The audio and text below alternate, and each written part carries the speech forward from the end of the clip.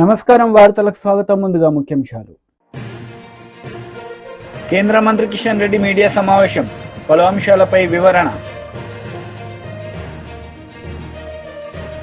YCP leader Kakani Govardhan Reddy media సమావేశం, పలు అంశాలపై వివరణ. కిషన్ రెడ్డి మీడియా సమావేశం నిర్వహించారు. ఈ సందర్భంగా పలు అంశాలపై ఆయన మాట్లాడారు. సుప్రీంకోర్టు జడ్జిమెంట్ ఇచ్చింది. ఆ రోజు నామినేషన్ బేసిస్ లో ఇచ్చినటువంటి బొగ్గు గనులన్నిటిని కూడా సుమారు 204 బొగ్గు గనులు ఉన్నాయి.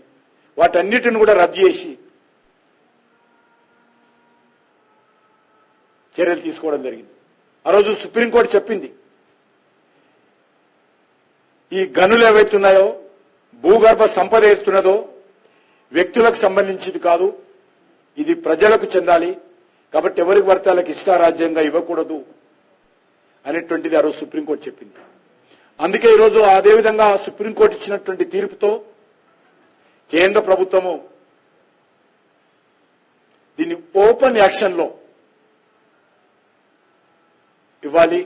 రాజకీయ నాయకులకు, పార్టీ అనుయాయులకు ఇవ్వకూడదు.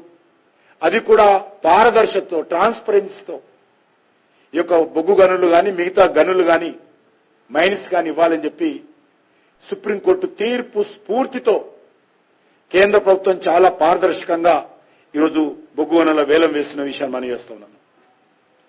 దాన్ని ఈరోజు టీఆర్ఎస్ పార్టీ తప్పుపడతా ఉంది. ఇప్పటి వరకు మేము 9 రౌండ్స్ బొగ్గు గనులను వేలం వేశాము. 107 బొగ్గు గనులు వేలం వేస్తే రాష్ట్ర ప్రభుత్వాలకు కావచ్చు, ప్రజలకు కావచ్చు, సుమారు 37,000 కోట్ల రూపాయల ఆదాయం వచ్చింది. ఇందులో ఒక్క రూపాయి కూడా కేంద్ర ప్రభుత్వం తీసుకోదు. ఆన్ రికార్డు చెప్తా ఉన్నాను. బొగ్గు గనులు వేలం వేస్తే కేంద్ర ప్రభుత్వానికి ఒక్క రూపాయి రాదు. రాయల్టీ రాష్ట్ర ప్రభుత్వానికి వస్తుంది. 14% స్టేట్ గవర్నమెంట్కి వస్తుంది. సెంట్రల్ గవర్నమెంట్ ఏం రాదు. డిస్ట్రిక్ట్ మినరల్ ఫండ్కి వెళ్తుంది డబ్బు. ఒక ట్రస్ట్ ఉంది. ఇంకా ఫ్యూచర్ లో దేశంలో మైన్స్ ఎక్స్ప్లోరేషన్ కోసము ఒక ట్రస్ట్ ఏర్పాటు చేశాం. ఆ ట్రస్ట్ కు కొంత పర్సెంట్ వెళ్తుంది. కానీ కేంద్ర ప్రభుత్వం ఒక్క రూపాయి తీసుకోదు. ఏదో కేంద్ర ప్రభుత్వం తీసుకుంటుంది. ఆన్ రికార్డ్ చెప్తా ఉన్నాను బొగ్గు మంత్రిగా. కేంద్ర ప్రభుత్వం తీసుకుంటుంది, కేంద్ర ప్రభుత్వం ప్రైవేటైజేషన్ చేస్తుంది. అర్థం పర్థం లేకుండా మాట్లాడుతున్నారు. ఎక్కడెక్కడైతే ఉదాహరణకు ఈరోజు ఒరిస్సాలో సంవత్సరానికి 36,000 కోట్ల రూపాయలు ఈ యొక్క మైన్స్ ద్వారా ఆ రాష్ట్రానికి ఆదాయం వస్తుంది. 36,000 crores. ఎవరికి వస్తుంది ఆ డబ్బు? ప్రజలకు. కేంద్ర ప్రభుత్వానికి ఎవరికి రాదు. సంక్షేమ కార్యక్రమాలు కానీ, అన్ని కానీ, అభివృద్ధి కానీ జరుగుతుంది.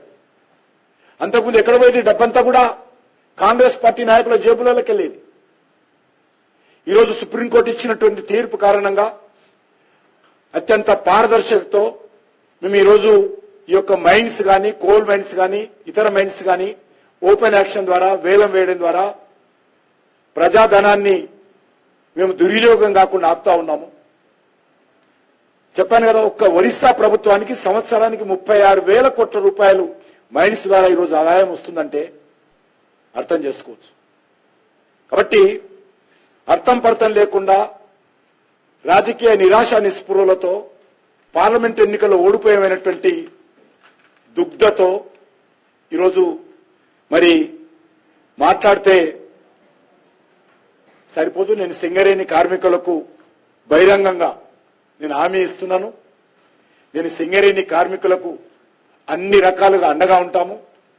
ఎక్కడ కూడా సింగరేణిని, ఎందుకంటే కేటీఆర్ కు, కేసీఆర్ కు ఏదైనా బాధ్యత ఉందో లేదో కానీ సింగరేణిని రక్షించాల్సినటువంటి బాధ్యత 49 షేర్ హోల్డర్ గా కేంద్ర ప్రభుత్వానికి మాత్రం ఉందనే విషయాన్ని మనం చేస్తున్నాం.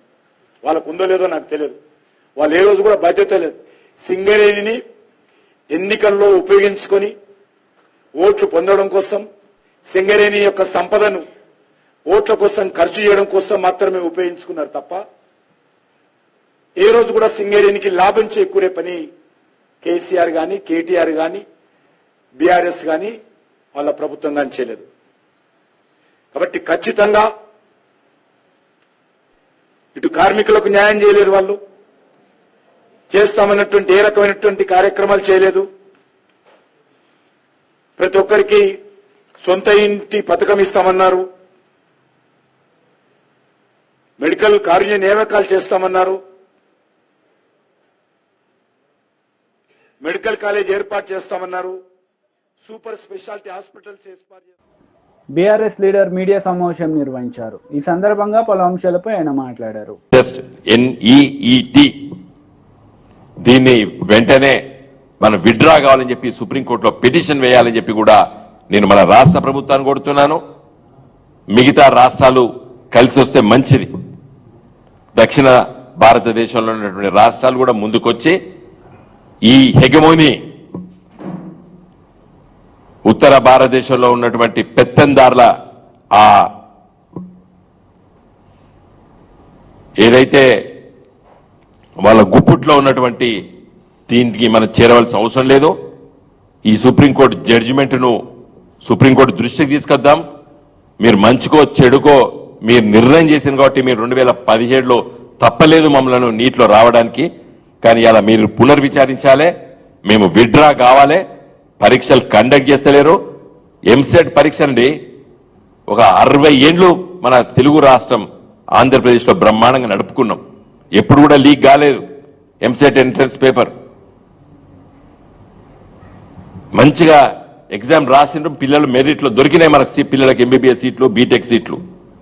కాబట్టి దయచేసి మేము రిక్వెస్ట్ చేస్తున్నాము, మా పార్టీ తరఫున కూడా మేము డిమాండ్ చేస్తున్నాము. ఇది 2017లో సుప్రీంకోర్టు తీర్పు వల్ల 2 తెలుగు రాష్ట్రాలు మనము అయిష్టతతోనే మనం జైన్ కావాల్సి వచ్చింది. పీజీలు అయితే 50% సీట్ ప్రభుత్వ సీట్లు ఇవ్వాలి. ఇలా కేసీఆర్ గారి పుణ్యాన ప్రతి జిల్లాకు మెడికల్ కాలేజ్ వచ్చింది తెలంగాణలో. 35, 36 ప్రభుత్వ మెడికల్ కాలేజీలు వస్తున్నాయి. నిన్న రేవంత్ రెడ్డి గారు వారి కాన్స్టిట్యూన్స్ లో కొడంగల్ కూడా పెట్టుకున్నాడు ఒకటి. వీటిలో ఇంకో 5-6 సంవత్సరాలు కూడా ప్రతి మెడికల్ కాలేజ్ కు పీజీ సీట్లు వస్తాయి. దేశంలో 350 ప్రభుత్వ మెడికల్ కాలేజీలు ఉంటే 35 మన దగ్గరే ఉన్నాయి. అంటే 10%. మన పాపులేషన్ 3% దేశంలో, మనం 10% మెడికల్ కాలేజెస్ మన దగ్గర ఉన్నాయి. అంటే 7% మనం పుణ్యంగా కేంద్ర కోటాకి ఇవ్వబోతున్నాం రేపు అనవసరంగా. కాబట్టి దీంట్లో ఉండవలసిన అవసరం లేదు. వెంటనే మీరు చర్యలు తీసుకోవాలని చెప్పి కూడా నేను రిక్వెస్ట్ చేస్తున్నాను. ఇంకా ఇవాళ కొత్త పార్లమెంటు 18వ పార్లమెంటు, ఇది 18th లోక్సభ. ఇదివరకు ఒక ఆలోచన ఉండే, ఈ ప్రభుత్వ పరీక్షలు అది SSC కానివ్వండి, ఇంటర్మీడియట్ కానివ్వండి, CBSE కానివ్వండి, గ్రాడ్యుయేషన్ కానివ్వండి, పీజీ కానివ్వండి, ఎంట్రన్స్లు కానివ్వండి, IIT ఎగ్జామ్లు కానివ్వండి, ఏ పరీక్షలో అంటే పబ్లిక్ ఎగ్జామినేషన్స్ అంటాం వీటిని, వీటిలో జరిగేటువంటి అన్ఫేర్ ప్రాక్టీసెస్ ఎవరైనా చేస్తే వాళ్ళకి ఒక తీవ్రమైనటువంటి శిక్ష ఇచ్చే విధంగా ఆలోచించి పార్లమెంటు ఒక చట్టాన్ని తీసుకురావాలని చెప్పి కూడా మేము ఆలోచించడం ఆ రోజులలో. కాబట్టి public examinations prevention of unfairness act తీసుకురావాలి పార్లమెంట్. ఎందుకంటే ఈ యూనియన్ పబ్లిక్ సర్వీస్ కమిషన్లో ఎప్పుడు కూడా జరగలేదు నాకు తెలిసిన మందము. తర్వాత రాష్ట్ర పబ్లిక్ సర్వీస్ కమిషన్లో బీహార్లో, ఉత్తరప్రదేశ్లో, ఆఖరికి మన రాష్ట్రంలో కూడా జరిగింది పోయినసారి. చాలా ఇవన్నీ గందరగోళాలు జరుగుతున్నాయి. ఎవడైనా పరీక్ష పేపర్ లీక్ అయితే వారికి ఉరిశిక్ష వేసే విధంగా మరి చెప్తున్నా. కాంగ్రెస్ నేతలు మీడియా సమావేశం నిర్వహించారు. ఈ సందర్భంగా పలు అంశాలపై వారు మాట్లాడారు.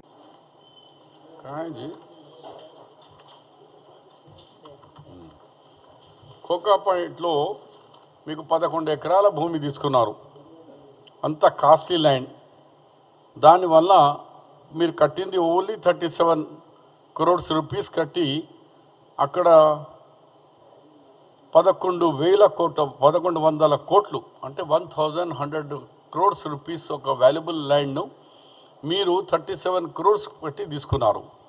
నేను గవర్నమెంట్తో డిమాండ్ చేస్తున్నాను మీ ద్వారా, ఏంటంటే కాంగ్రెస్ పార్టీ కూడా డిమాండ్ చేస్తుంది, ఆ 37 అది కోకాపేటలో ఆయన అలాట్ చేసుకున్న ల్యాండ్ అది ఇమ్మీడియట్లీ గవర్నమెంట్ టేక్ ఓవర్ చేసుకోవాలా, చేసుకొని దాన్ని వేలం పాటించి ఆ డబ్బులు వచ్చినాయి అన్నీ కూడా మన ఈ రైతులకు ఇప్పుడు రుణమాఫీ దాంట్లో డబ్బులు కడితే మన ప్రభుత్వానికి ప్రజల మీద భారం కూడా తక్కువ పడుతుంది, మనకి ఇంట్రెస్ట్లో లోన్ తీసుకొచ్చేది కూడా తక్కువ పడుతుంది. ఎందుకంటే పార్టీ ఖతమైపోయింది వాళ్ళది. 37% నుంచి 16% ఓట్స్ ఉన్నాయి, 8 ద్వారా డిపాజిట్ లేవు. అలాంటి చోట వాళ్ళు ఒకటే చోట ఆల్రెడీ టీఆర్ఎస్ ఆఫీస్ ఉంది వాళ్ళకు. కాంగ్రెస్ హయాంలో నేను క్యాబినెట్ ఉన్నప్పుడే అది ఇచ్చినాం. ఇప్పుడు ఏం అవసరం ఉంది వాళ్ళకు అంత పెద్ద కోకాపేటలో అంత కాస్ట్లీ ల్యాండ్ 11 ఎకరాలు. ఆ ల్యాండ్ను ఇమ్మీడియట్లీ గవర్నమెంట్ టేకప్ చేసుకోవాలా. దాన్ని మా కాంగ్రెస్ పార్టీ స్వతంత్రం ఇచ్చిన కాంగ్రెస్ పార్టీ ఈ గాంధీ భవన్ రెంటెడ్ బిల్డింగ్ అక్కడ ఇచ్చిన మహాత్మా గాంధీ ఐడియాలజీ అది ట్రైనింగ్ సెంటర్. మాకు ఇప్పటి వరకు ఆఫీస్ లేదు. ఆఫీసు కడితే అది గవర్నమెంట్కు డబ్బులు కడితే కోర్టుకు పోయింది, సుప్రీంకోర్టులో గవర్నమెంట్ ఇచ్చిన ల్యాండ్కు హౌసింగ్ బోర్డు అని క్యాన్సిల్ చేశారు. ఇప్పటి వరకు కాంగ్రెస్కు లేదు. మీకు ప్రతి జిల్లాలో ల్యాండ్ అలాట్ చేసుకున్నారు, కోట్లాది రూపాయలు ల్యాండ్ ఎడ్ చేసుకున్నారు. అది తర్వాత జిల్లా చూద్దాం. కానీ కోకాపేటలో మాత్రం ఆల్రెడీ మీకు టీఆర్ఎస్ ఆఫీస్ అంతా జూబ్లీస్ ఉంది, అనదర్ ఆఫీస్ అవసరం లేదు. మీ ఆఫీస్కు మీ ఓటర్ సంఖ్య కూడా తగ్గిపోయింది, 16%కు వచ్చేసినారు. అందు గురించి డిపాజిట్ కూడా పోయినాయి మీకు. ఆ బిల్డింగ్ ఆ land complete government hand over చేసుకోవాలా. అది యాక్షన్ చేసి ఆ పైసలన్నీ కూడా మన రుణమాఫీ దాంట్లో కట్టాలని నా ఒక సజెషన్ చేస్తూ, కొంతమంది సింగరేణి మాట్లాడుతున్నారు. నేను మంత్రిగా చేసిన 5 years as a Singareni coal మినిస్టర్గా. నేను ఉన్నప్పుడు 76,000 ఎంప్లాయీస్ ఉండే. ఈరోజు 21,000కు వచ్చేసింది. అంటే 50,000 సంఖ్య తగ్గిపోయింది. ఎవరి రిజిమ్లో 10 సంవత్సరాల BRS and TRS and BRS and BJP ఇద్దరు కలిసి అక్కడ కేంద్రం రాష్ట్రం ఇద్దరు నాటకాలు చేసి 50,000 ఉద్యోగాలు ఖతం అయిపోయినాయి. ఓపెన్ మైన్స్గా స్టార్ట్ కాలేదు. దానివల్ల ఇవన్నీ ఇబ్బందులు వచ్చి ఇవాళ ఇద్దరు ఓ హిందీ మే బోల్తే నా మగర్మచ్ కే ఆంసు ముసలి ముసలి కన్నీరుగా ఒకరి మీద ఒకరు మాట్లాడుకుంటున్నారు. ఇద్దరు తోడు దొంగలుగా అప్పుడు వివరించి ఈ కోల్ మైన్స్కు ఈ పరిస్థితిలో తీసుకొచ్చినారు. కాబట్టి రాష్ట్ర ప్రభుత్వం డెఫినెట్గా ఈ కోల్ మైన్స్కు కాపాడాలా. ఇది నిజాం సర్కార్ తీసుకొచ్చినది. ఇది మన ఇండిపెండెంట్ కంటే ముందు నిజాం సర్కార్ ఆ పీరియడ్లో సింగరేణి మన దగ్గర ఉన్నది, వేరే ఏ రాష్ట్రంలో లేదు. ఎందుకంటే ఇది నిజాం సర్కార్ అప్పుడు నిజాం ప్రభుత్వం మొదలుపెట్టింది సింగరేణి కాలనీస్. ఆయన హయాంలో ఎట్లా బిల్డింగ్స్ కట్టినారు, ఎలాంటి గెస్ట్ హౌస్లు ఉన్నాయి, వాళ్ళ వర్కర్స్కు ఫెసిలిటీ. కానీ 10 సంవత్సరాల్లో వాళ్ళకు ఇల్లు కట్టియలేదు, వాళ్ళ వెల్ఫేర్ చూడలేదు. అన్ని విధంగా ఆ మైన్కు కేంద్ర ప్రభుత్వంతో ప్రైవేటీకరణగా బిల్ మీద సంతకం పెట్టింది పార్లమెంట్లో కేసీఆరే. ఇవాళ ఏమో అన్ని అబద్ధాలు మాట్లాడుతందుకు వస్తున్నారు. ప్రజలు గమనించి అందు గురించే మీకు 8 చోట డిపాజిట్ పోయింది, ఒక్క సీట్ గెలవలేకపోయినారు. ఓటింగ్ పర్సెంటేజ్ కూడా 16%కి వచ్చింది, అంత తగ్గిపోయింది. కాబట్టి ఇవాళ బీఆర్ఎస్ నాయకులు ఎవ్వరు కూడా మాట్లాడేవాళ్ళు ఖబర్దార్. ఒకసారి ఆకాశం మీద చూడండి, మీరు చేసిన పొరపాట్లు ఎంత, ఈ సమాజాన్ని ఎట్లా నష్టం చేసినారు. కొత్త రాష్ట్రం తెలంగాణను బర్బాద్ చేసినారు. అంతా మార్కెట్లో సేల్ ఫర్ సేల్ అన్నట్టు ఎమ్మెల్యే ధర ఇంత, ఎంపీ ధర ఇంత, చైర్మన్ ధర అంటే అట్లా పెట్టి అంగడి బజార్లో కొనుక్కొచ్చినట్టుగా కొనుక్కోపోయినప్పుడు ఈ వ్యవస్థని చెడగొట్టింది కేసీఆర్కు జనం పనిష్మెంట్ ఇచ్చినారు. ఇంకా ఇవాళ ఈ భూస్థాపం చేస్తారని కూడా నేను మా తెలంగాణ ప్రజల మీద నాకు ఆశ ఉంది, నమ్మకం ఉంది, చేస్తారు. మీరేమన్నా అడగాలంటే అడగండి. Thank you. TDP leader media సమావేశం నిర్వహించారు. ఈ సందర్భంగా పలు అంశాలపై ఆయన మాట్లాడారు. డిజిటల్ కార్పొరేషన్ని ఒక ఉద్యోగ పునరావాస కేంద్రంగా వాడుకున్నారు. 1, 2 కాదు, 129 మంది ఉద్యోగులు. దీనిలో ఇంకా తమాషైన విషయం ఏంటంటే ఐ డ్రీమ్ అనే ఒక యూట్యూబ్ ఛానల్ నిర్వహించే ఒక వ్యక్తికి అదే రకమైన అదే డొమైన్లో ఉన్న ఒక ప్రభుత్వ కార్పొరేషన్కి ఏ విధంగా చైర్మన్షిప్ ఇస్తారు? ఇట్స్ కాన్ఫ్లిక్ట్ ఆఫ్ ఇంట్రెస్ట్ కదా. ఐ డ్రీమ్ అనే ఒక యూట్యూబ్ ఛానల్ ఏం చేస్తుంది? రకరకాల ప్రోగ్రామ్స్ని యాడ్స్ ద్వారా ఇస్తుంది. అది ఒక ప్రైవేట్ కంపెనీ. ఇప్పుడు ఈ డిజిటల్ కార్పొరేషన్ ఏం చేసింది? గవర్నమెంట్ ప్రోగ్రామ్స్ని యాడ్స్ ద్వారా ఇస్తుంది. సో వీళ్ళిద్దరు చేసే పని దాదాపు ఒకటే, కానీ ఏ రకమైన కాన్ఫ్లిక్ట్ ఆఫ్ ఇంట్రెస్ట్ అనే చూడకుండా జగన్మోహన్ రెడ్డి గారు ఆయనకి పాపం వాళ్ళకి ఇవ్వాలి అంటే అసలు ఆయన దానకర్ణుడు ఇచ్చేశాడు అన్నమాట. So Chinna Vasudevareddy has become the chairman. I dream Chinna Vasudevareddy has become the chairman of digital corporation. So వీళ్ళు ప్రభుత్వ డబ్బును యథేచ్ఛగా వాడుకున్నారండి. 4వ తేదీ రిజల్ట్స్ వచ్చిన గంటల్లోనే వీళ్ళందరూ సగం మంది దాంట్లో రిజైన్ చేసి వెళ్ళిపోయారు. అంటే అప్పటిదాకా సంపాదించాము, ఎట్లా గవర్నమెంట్ పోయింది, ఇంకా దీంట్లోనే మనం ఎట్లా చేస్తారు కదా, ముందే మనం చేసేసి ఈ దేశం నుంచి ఆయన ఉండేది కూడా ఇక్కడ కాదు, ఆయన ఉండేది యూఎస్లో ఉంటాడు. ఆ యూఎస్కి యూఎస్ వెళ్ళిపోయాడు, ఎక్కడ వెళ్ళిపోయాడు తెలియదు, ఈ చిత్తూరు అనుకుంటాను. ఆయన వెళ్ళిపోయాడు, దేశం నుంచే వెళ్ళిపోయాడు. అంటే దోచుకున్న రోజులు దోచుకోవడం, గవర్నమెంట్ మారంగానే గంటల్లో రిజైన్ చేసి వెళ్ళిపోవడం. ఎంత తెలివి చూడండి మనుషులకి.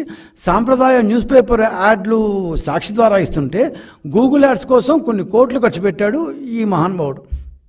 వెరసి డిజిటల్ కార్పొరేషన్ ఒక అస్తవ్యస్త వ్యవస్థలాగా తయారు చేసి దోచుకున్నారు. సో తమ వారి కోసం ఒక ఏకంగా ఒక కార్పొరేషన్ ఏర్పాటు చేసిన ఘనుడు జగన్మోహన్ రెడ్డి గారు. ఏపీడీసీఎల్లో ఈయన కాకుండా వైస్ చైర్మన్లోకి 2-3 ఉండేవారు. ఒక్కొక్కరు 10 మందికి తక్కువ కాకుండా ఉద్యోగులు చేర్చుకున్నారు. మరి 129 మెంబర్స్ ఎట్లా వస్తారు? అదో చిన్న బుడికి కార్పొరేషన్ అది. సో ఈ చేర్చుకున్న వాళ్ళెవరికి ఏ రకమైన క్వాలిఫికేషన్ లేవు. అంటే అట్లీస్ట్ దాన్ని ఉంటారు కంప్యూటర్ రంగంలో, ఫోటోషాప్లో ఇంకా ఉన్న ఇట్లాంటి ఏ క్వాలిఫికేషన్లో ఇంటర్మీడియట్, గ్రాడ్యుయేట్లు ఇంకా తక్కువ వాళ్ళు కూడా చేర్చుకున్నారు. సో ఎంత ఘోరంగా చేశారంటే చివరికి చైర్మన్, వైస్ చైర్మన్ ఇళ్లల్లో పిల్లలకి ట్యూషన్ చెప్పే మాస్టర్లకు కూడా ఇక్కడ ఉద్యోగులుగా చూపించి వాళ్ళకు కూడా ఈ డిజిటల్ కార్పొరేషన్ ద్వారా జీతాలు లభించారు. ఇళ్లలో పనిచేసే వాళ్ళను, రకరకాల పనిచేసే వాళ్ళను కూడా ఇక్కడ చూపించి వాళ్ళకు కూడా జీతాలు చెల్లించారు. అందుకే 129 మందిలో 42 మంది అసలు ఎప్పుడూ ఆఫీస్కి రారు. ఏమంటే వాళ్ళు ఎక్కడెక్కడో ఉంటారు, వాళ్ళ పేర్లతో వీళ్ళు ఇక్కడ ఫేక్ ప్రొఫైల్ సృష్టించి వాళ్ళకు జీతాలు ఇచ్చారు.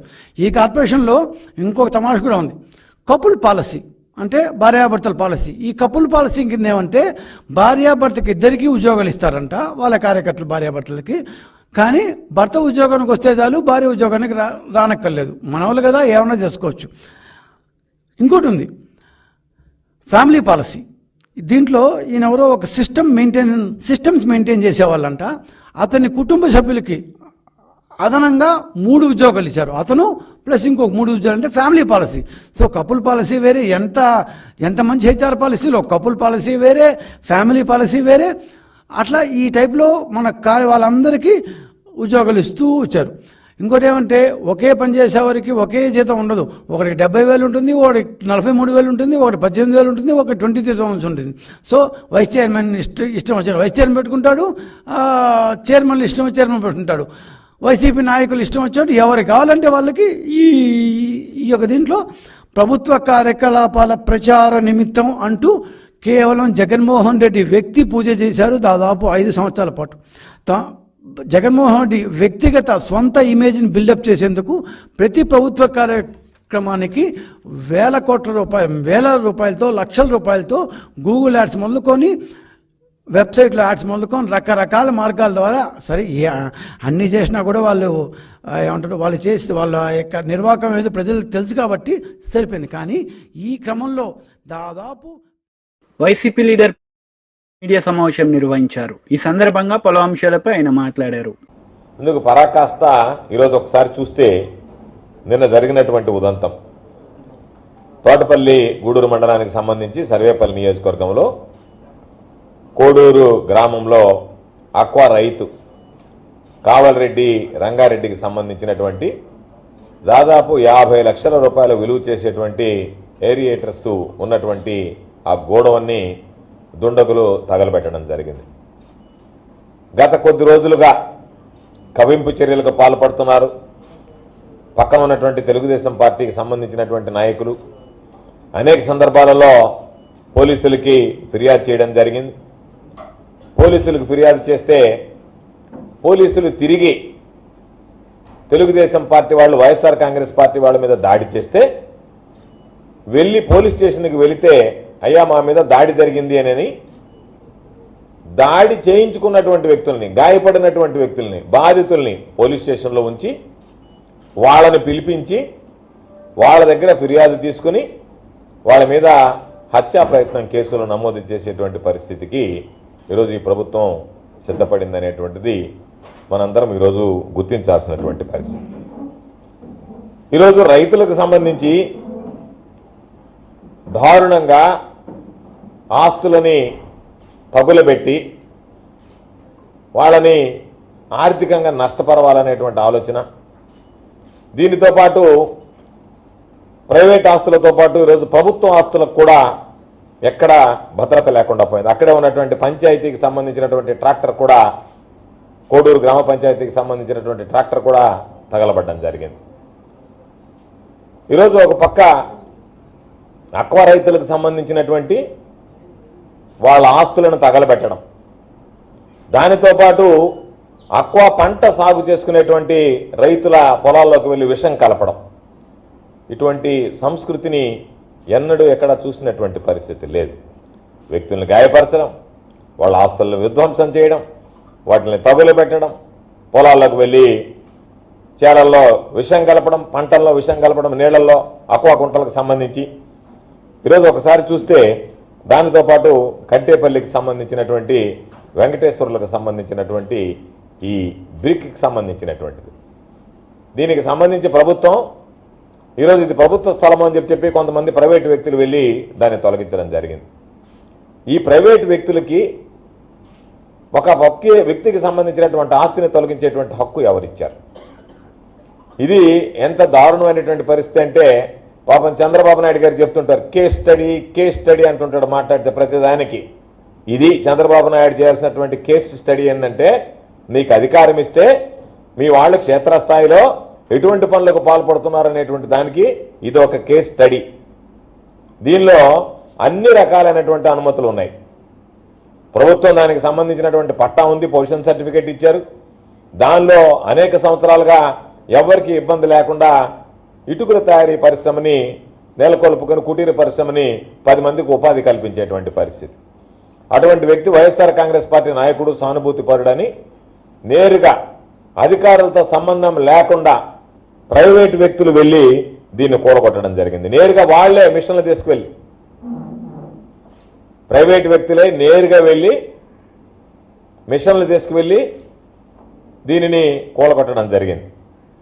కూలగొడితే దానికి సంబంధించి ఎందుకు కూలగొట్టారో అని అడిగితే అధికారుల చేత ఫిర్యాదు చేయించారు. అధికారులను తీసుకొచ్చి బలవంతంగా వీళ్ళు ఈ విధంగా ప్రభుత్వ స్థలాన్ని ఆక్రమించుకున్నారని చెప్పని దాని మీద ఫిర్యాదు చేయించారు. అంటే ప్రభుత్వం బాధ్యత తీసుకోవాలి. ఏదన్నా ఉంటే ఆ అక్రమ కట్టడాలను తొలగించాల్సినటువంటి బాధ్యత ప్రభుత్వాల మీద ఉంటుంది. ప్రభుత్వం వైఎస్ఆర్ కాంగ్రెస్ పార్టీకి సంబంధించినటువంటి వ్యక్తి అని చెప్పి ప్రభుత్వంతో సంబంధం లేకుండా ప్రైవేటు వ్యక్తులు నేరుగా వెళ్ళి ఇటువంటి విధ్వంసాలకు పాల్పడడం ప్రారంభమైతే రేపు అధికారాలు మార్చినప్పుడల్లా, ప్రభుత్వాలు మారినప్పుడల్లా ఎవరి ఆస్తులకి బీఆర్ఎస్ లీడర్ మీడియా సమావేశం నిర్వహించారు. ఈ సందర్భంగా పలు అంశాలపై ఆయన మాట్లాడారు. రైతు బంధు అయినా అమలు చేయండి వెంటనే. యాసంగి ఎట్లయితే కేసీఆర్ గారు ఇచ్చిన రైతు బంధును కొనసాగించినరో, ఇప్పుడు వానకాలం కూడా ఈ జూన్ 30 లోపే మొత్తం గతంలో ఇచ్చినట్టుగా రైతు బంధు వెంటనే రైతుల ఖాతాల్లో జమ చేయాలని చెప్పి నేను బీఆర్ఎస్ పార్టీ నుంచి డిమాండ్ చేస్తూ ఉన్నా. ఇదే సందర్భంలో ఏదైతే విద్యుత్తు అంశాలపైన, ప్రాజెక్టులపైన రాష్ట్ర ప్రభుత్వానికి ఏదో అనుమానాలు ఉన్నాయని చెప్పి ఎక్కడనో విధి విధానాలు పాటించడంలో లోపం జరిగిందని, దానివల్ల ప్రభుత్వ ఖజానాకి ఏదో నష్టం జరిగిందని చెప్పి అనుమానం ఉందని మీరు ఏదైతే జస్టిస్ ఎల్ నరసింహారెడ్డి గారి నేతృత్వంలో కమిషన్ వేసినరో, ఆ కమిషన్ నుంచి కూడా నాకు కూడా ఉత్తరం వచ్చింది నిన్న ఉదయం. వారు ఇప్పటి వరకు ఎవరెవరినైతే విచారించారో, ఎవరి నుంచి వారికి సమాచారం వచ్చిందో, దాదాపుగా 30-35 మంది నుంచి పైగా అధికారులు, రాష్ట్ర ప్రభుత్వ అధికారులు, జెన్కో అధికారులు, అదేవిధంగా బిహెచ్ఎల్ అధికారులు, వీళ్ళందరి నుంచి మిగతా బయట సంస్థల వాళ్ళు, వారందరిచ్చిన వాంగ్మూలాలని, వారందరిచ్చిన ఉత్తరాలన్నింటినీ కూడా క్రోడీకరిస్తూ నాకు పంపించి, దీనిపైన మీరు ఏదైనా అభిప్రాయం చెప్పదలుచుకుంటే ఈ మా లేఖ అందిన వారం రోజుల్లో మీరు చెప్పండి. ఒకవేళ మీరు వారిని ఎవరినైనా క్రాస్ ఎగ్జామినేషన్ చేయదలుచుకుంటే కూడా చెప్పండి, మీ అభిప్రాయాన్ని తెలియపరచండి, మేము వెసులుబాటు కల్పిస్తామని చెప్పి కమిషన్ నుంచి నాకు ఉత్తరం వచ్చింది. తప్పకుండా నేను కూడా అన్ని విషయాలపైన నాకున్న సమాచారాన్ని ఇస్తా. అదేవిధంగా ఇప్పుడు ఈ కమిషన్ ముందట ఎవరెవరైతే వాంగ్మూలాలు ఇచ్చి ప్రజల్లో ఒక లేనిపోని అనుమానాల్ని, అపోహల్ని సృష్టించడానికి ప్రయత్నం చేసినరో, వాళ్ళ స్వయం జనిత ఆలోచనలు, వాళ్ళ ఊహల నుంచి ఆలోచనలు చేసి గత ప్రభుత్వం పైన బురద జల్లే ప్రయత్నం చేసినరో, వాళ్ళందరి వాంగ్మూలాల్లో ఉన్న తప్పులేందో కూడా స్పష్టంగా కమిషన్కు వివరించడానికి నేను ఈ అవకాశాన్ని వినియోగించుకుంటా. వారిచ్చిన ఉత్తరం అందిన వారం రోజుల లోపల తెలియజేయమని చెప్పిండ్రు. వారిచ్చిన ఉత్తరం నిన్న ఉదయం 11 గంటలకు నాకు సూర్యాపేట క్యాంప్ ఆఫీసులో వస్తే సాయంత్రం నాకు చేరింది. ఈ వారం రోజుల్లోనే నేను తప్పకుండా అవకాశాన్ని తీసుకొని వీరు ఎవరెవరు ఏం చెప్పిండ్రు, ఇందులో వార్తలు ముగించే ముందు ముఖ్యాంశాలు మరోసారి. కేంద్ర మంత్రి కిషన్ రెడ్డి మీడియా సమావేశం, పలు అంశాలపై వివరణ. YCP leader Kakani Govardhan Reddy media సమావేశం, పలు అంశాలపై వివరణ. ఈ వార్తలు ఇంతటితో సమాప్తం. తిరిగి ప్రసారమయ్యే వార్తల్లో మళ్ళీ కలుద్దాం. అంతవరకు సెలవు. నమస్తే.